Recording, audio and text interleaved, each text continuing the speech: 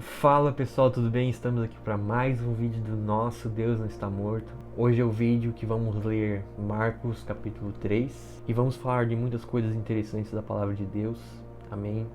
Muitas coisas que mexem com o nosso inconsciente e com o nosso consciente. Que Deus nos abençoe nessa leitura da palavra, amém? O homem da mão ressequida.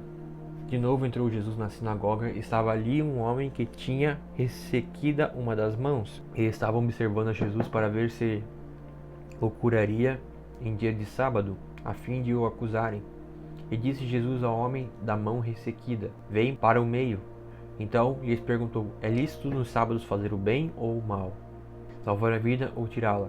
Mas eles ficaram em silêncio, olhando ao redor, indignado e condoído com a dureza do seu coração, disse ao homem: Estende a mão. Estendeu-a, e a mão lhe foi restaurada. Retirando-se os fariseus, conspiraram logo com os herodianos contra ele, em como lhe tirariam a vida. Jesus se retira, a cura de muitos saber amar. Então, gente, até que nós vemos uma coisa interessante.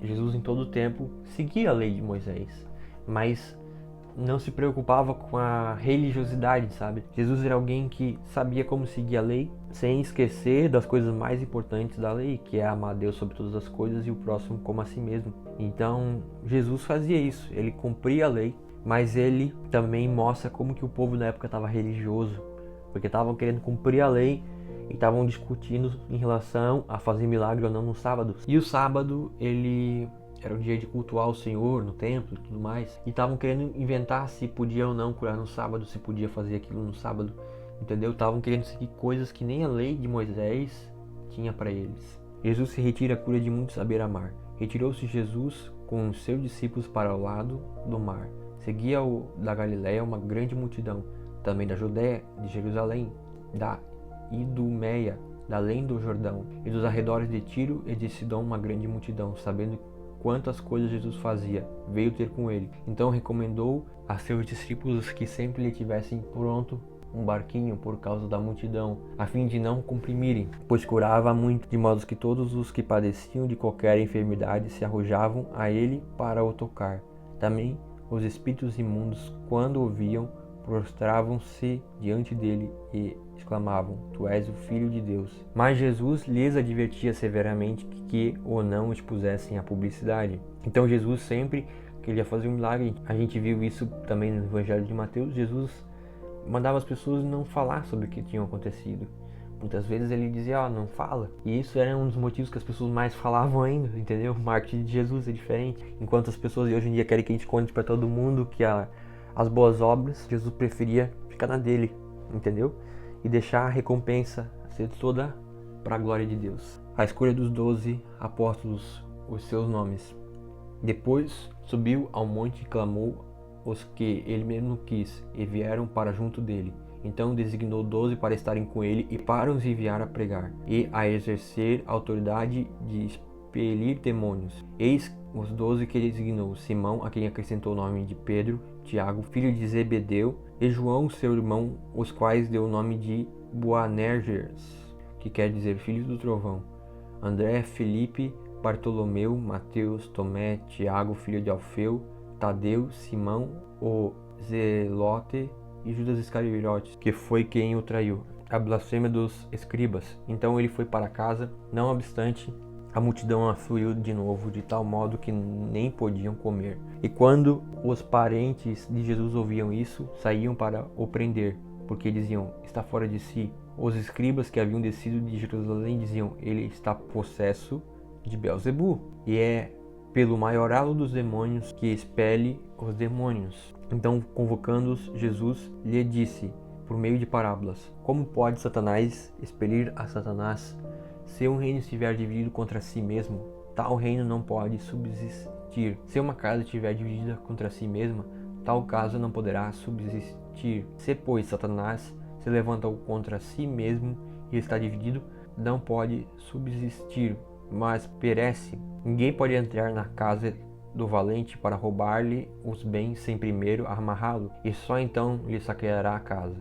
Em verdade vos digo que tudo será perdoado aos filhos dos homens, os pecados e as blasfêmias que proferirem.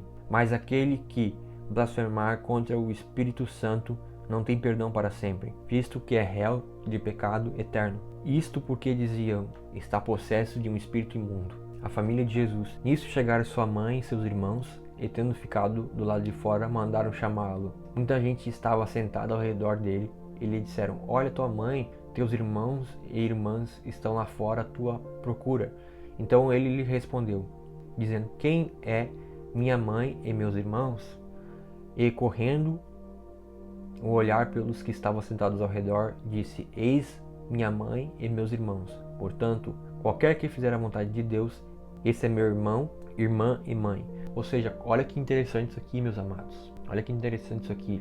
Jesus, ele é aquele que, primeiro nós vimos aqui que Jesus, ele, apesar de toda a escolha dos nomes, Jesus também deu um nome específico para cada discípulo. Ele tinha os nomes dos discípulos, mas alguns discípulos a gente vê aqui que existia aqui nomes que Jesus dava. Por exemplo, Simão, a quem acrescentou o nome de Pedro, e João, seu irmão, aos quais deu o nome de Boanerges. Ou seja, Jesus dá um nome novo para quem segue ele.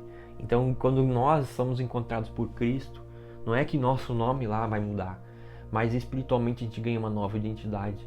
Amém? E outra coisa que a gente aprende aqui é que os escribas sempre odiavam Jesus, porque Jesus confrontava.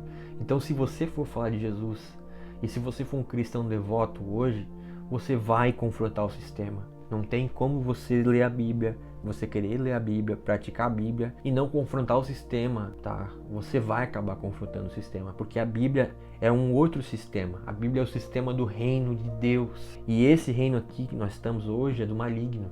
Esse mundo atual, como está, é do maligno, até que Cristo volte. Amém? O mundo foi reconciliado por Deus, foi, mas o mundo, espaço-tempo atual ainda precisa conhecer Jesus, precisa ser evangelizado. E quando você se posiciona a favor do que a Bíblia diz, você está indo contra o sistema desse mundo e contra o sistema religioso que muitas vezes oprime.